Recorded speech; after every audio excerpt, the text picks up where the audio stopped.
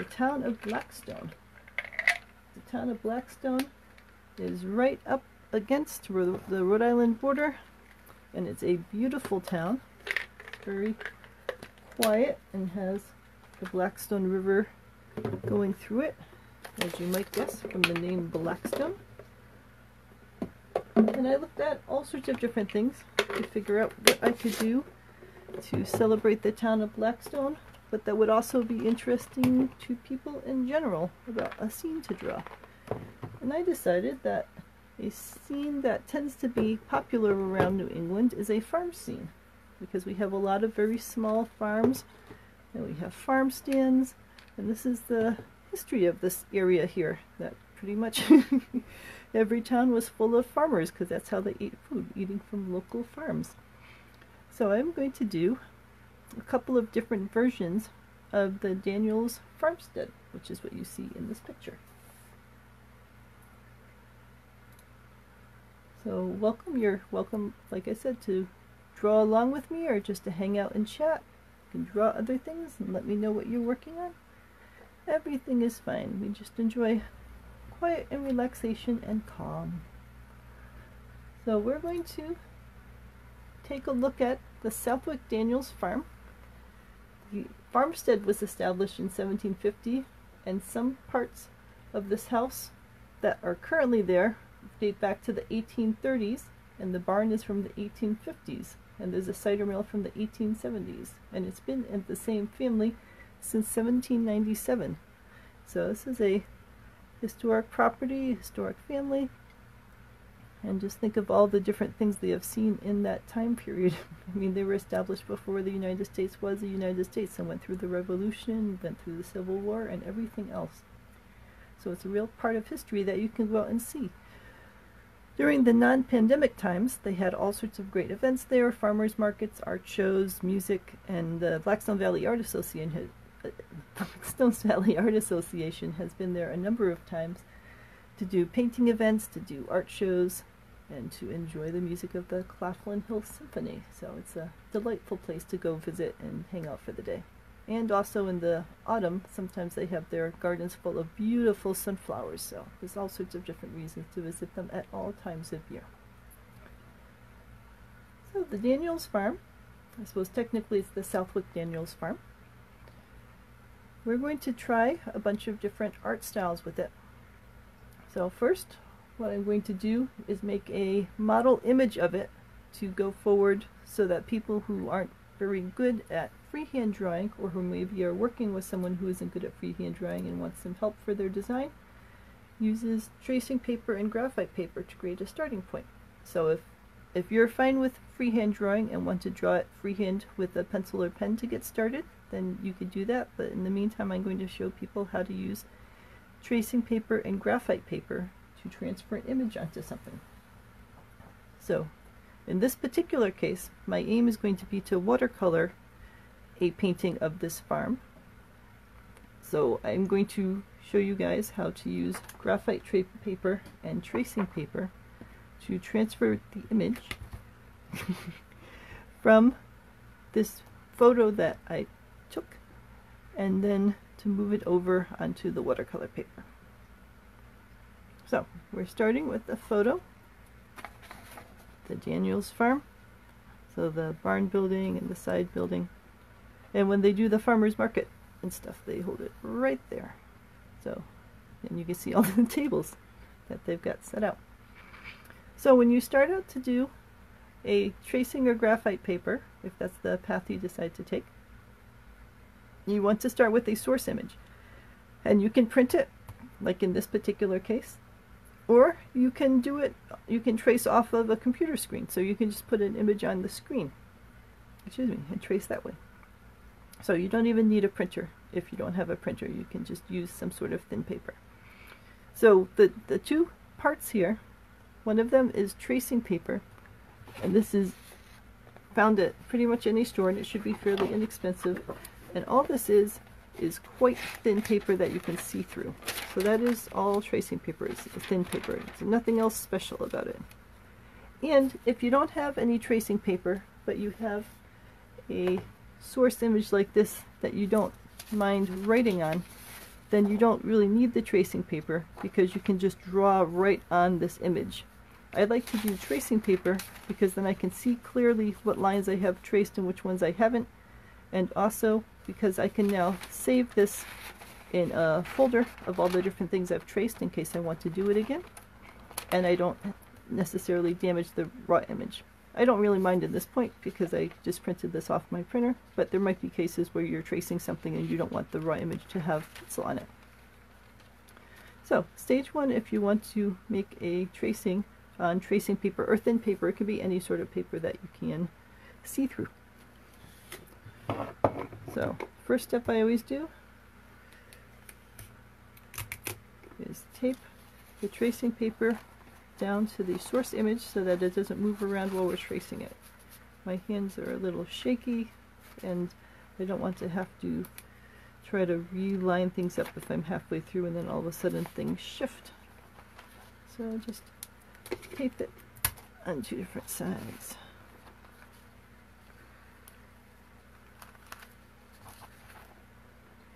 There we go.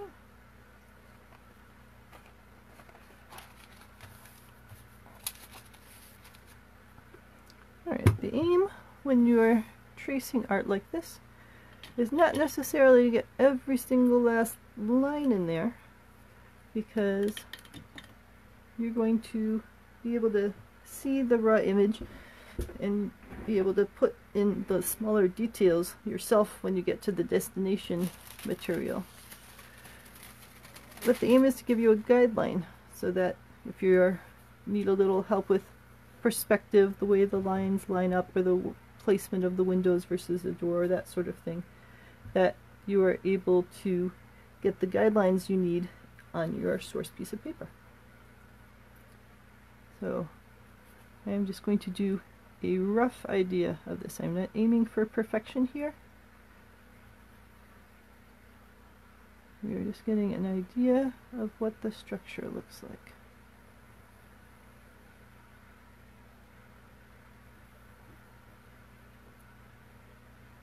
It's got a roof. Oops.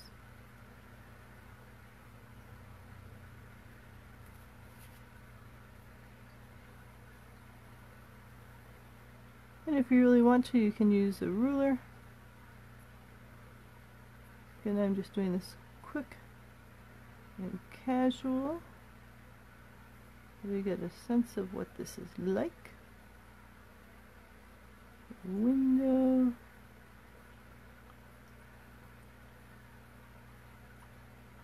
Sort of looks like a face there. It's a big open mouth. Barn doors.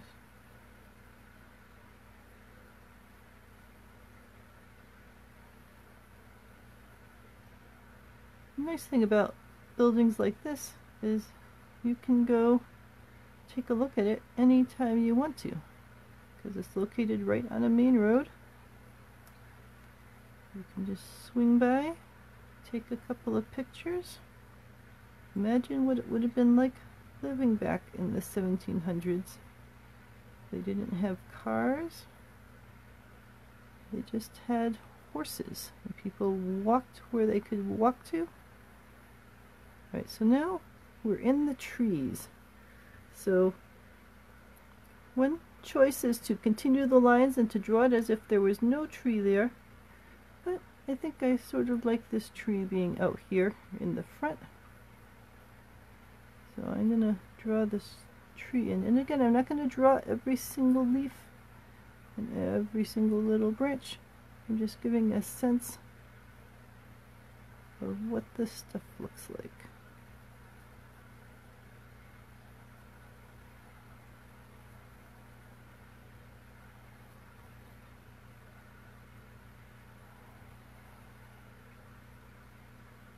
Alright, we'll put a tree over here.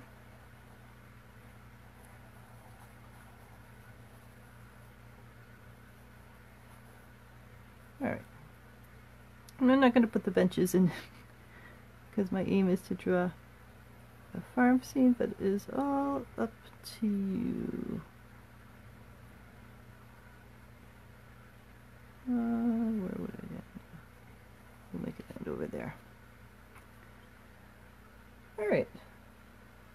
So as you can see, this is rough. I am not drawing in every, I suppose I'll draw this drawer in.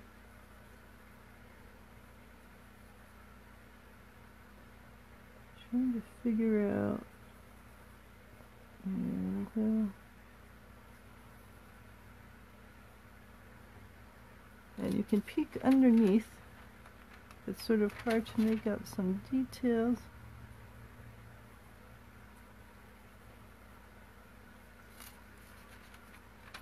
Alright, so there's other littler stuff in here. But I think I have the main things that I want to include. So you can just peek under where you've got it taped. See if there's anything else that you want to add in. I think I want to add in the hitching post, because that's a reminder that this was back in the times when, like I said, people either walked or they rode their horses, and if somewhere was too far to get on a horse, if you had a horse, or on your feet, then you just didn't go there. So think how different the world would be for many people in this area if they did not have cars or even bicycles. Everything was just foot power, or whether you could get access to a horse. Alright, so when you're satisfied with your tracing, then you cut your paper free from your tape.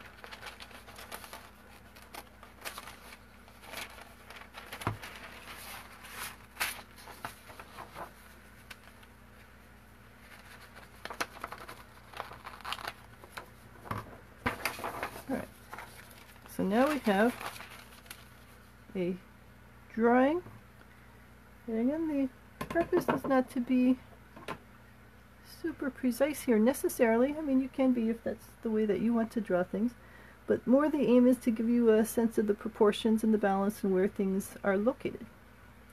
So then the next step is going to be to transfer this image onto our destination piece of paper. And I should be able to get two. Is that not quite going to be big enough for two? Yeah. We'll do the bottom half for now. Alright, so now I want to put this onto watercolor paper, because I'm going to be making a watercolor image.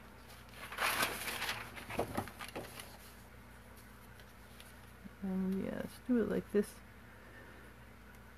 Hoping to have run out of smaller paper in the house for now, so I will use this larger piece of paper and cut it down.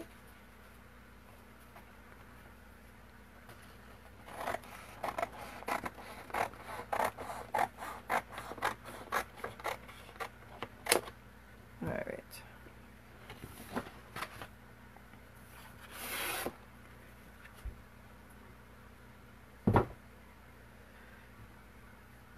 So now the way that graphite paper works is that you are transferring the image from this tracing starting point to your destination paper, which in my case is watercolor paper. So graphite paper has two sides. One of them is a plain side that has nothing on it, it's just the backing material, and the other side is coated with graphite, which is the stuff that's in pencils.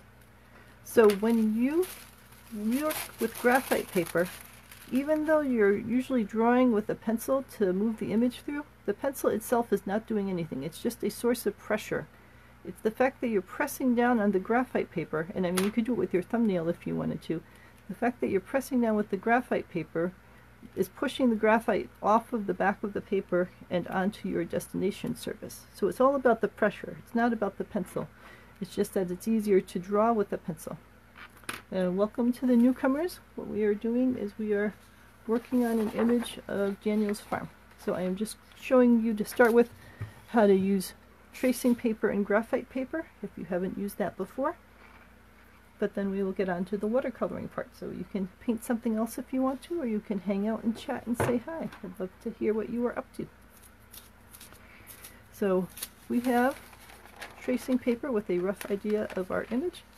We have graphite paper, and the graphite paper does have a top and a bottom, so it's good to put it down and just draw a little line in a corner or something, and make sure that that line transfers through, so we can see that it did transfer. And again, it's not that the pencil itself transferred through, it's just that we made some pressure and the pressure pushed the graphite through onto the destination.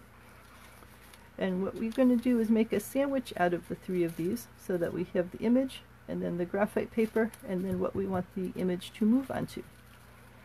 If you don't have graphite paper, which you can find at Michael's or Job Lot or all sorts of places fairly inexpensively, you can also just scribble on the back of this everywhere with a pencil, and in essence you're creating the same effect. You're creating a wall of graphite, and then when you put that down and you press and trace, then you'll transfer the graphite through to the destination to give you a starting point for your image. So we're going to tape down the graphite to our destination paper, in my case watercolor paper, in your case whatever you want.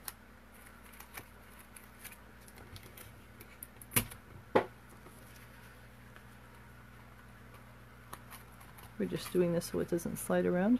And then we're going to tape down our graphite paper, or our tracing paper.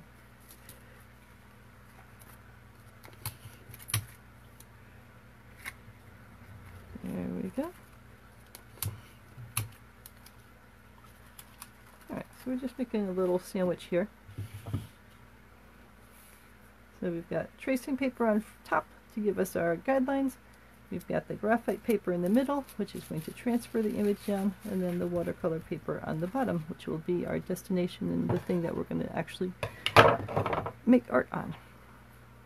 Alright, when you are transferring an image from tracing paper through graphite paper to a destination, you're usually working with a pencil, and the source design is usually done with a pencil, so it can be hard to remember what you've traced and what you haven't traced, because it's just going to be pencil on top of pencil. It's not going to look any different. So I highly recommend starting on one side and working your way to the other side. And you can always check by looking at the paper and see what you've transferred so far. But the more that you do it in a methodical manner, the easier it will be to keep track of what you're doing. So again, I'm just going to do this quick and easy, so that way if you do not have tracing paper and you're waiting for the watercolor part, you don't have to wait too long. But all we're going to do is draw over those lines. And you can do a little bit and then check, and yes, indeed, the paper is moving the image through. This is one of my cats. This is Zuzu. She loves to come and help me. Now it's fine for her to come help right now before we have wet paint on the desk, so that she doesn't get little wet kitty prints all over the place. Right, sweetie? Yeah, so you're gonna help? She loves to eat pencils. Is that nice? Nice and chewy. And she likes to eat brushes. I think the wood is nice and soft and chewy for her. Alright, you're gonna get this out of your system before we get to the painting section? You are a very good kitty. Yes, alright. I want to get back to my tracing part. What would you like to do? Alright, yep. That is fine. Alright, well that was the Zuzu visit. She always has to come and take a look and see what is going on in the world. Alright, so we are just tracing. This is just a random tree that we're doing right now, so it doesn't really matter exactly where it is. It's just wiggly. I am pressing down fairly hard so that you can see on the video what the results will be when we get to the actual looking at the paper. But when you're doing this, you might want to go sort of light so that you have guidelines, but so you don't have giant dark lines on your paper. Although, who knows, maybe what you're aiming for is an effective giant dark lines. In that case, it is fine.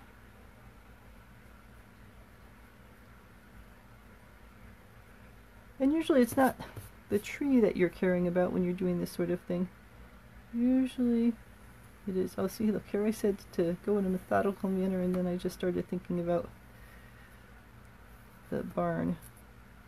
Oh, it'll be fine. Every little thing is going to be all right. All right, got that tree. Got the two walls of the barn. The roof line.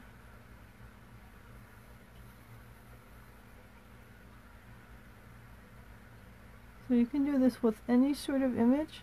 I recommend using copyright-free images if you're looking for source images on the web.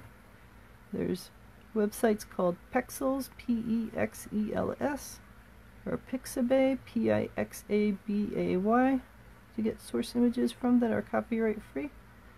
And if you're doing local scenes, you can drive around and see what beautiful scenery is out there. Take a couple of pictures. That way you can get the angles just the way that you want them, and then come home and paint and sketch them. And the neat thing about that is you can go back for local scenes in every season and see what it looks like in the snow, and with autumn foliage, and with spring flowers. And that can be a lot of fun.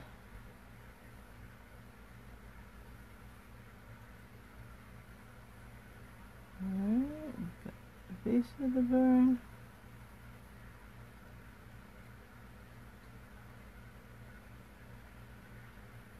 Got these barn doors.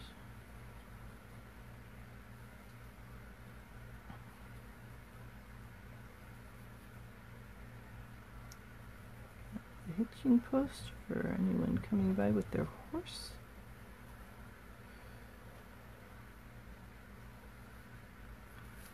Alright, so you can peek under here and see what you've transferred, and try to make sure that you've got all the lines that you care about. Hey Nancy, welcome. It's good to see you.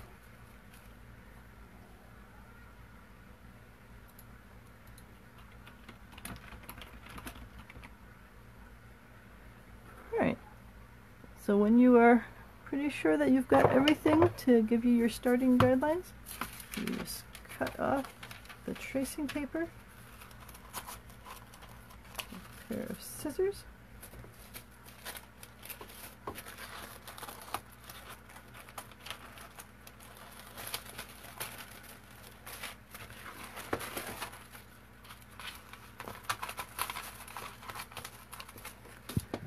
alright, and now you've got a rough starting point of your image on there, and that helps you get set. If you would be able to draw that freehand, then that's great. You can just draw it freehand. We're just showing different options for people in different situations.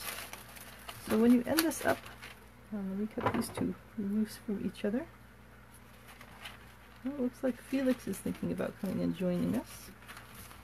I have two black cats. They are rescue cats and they are siblings.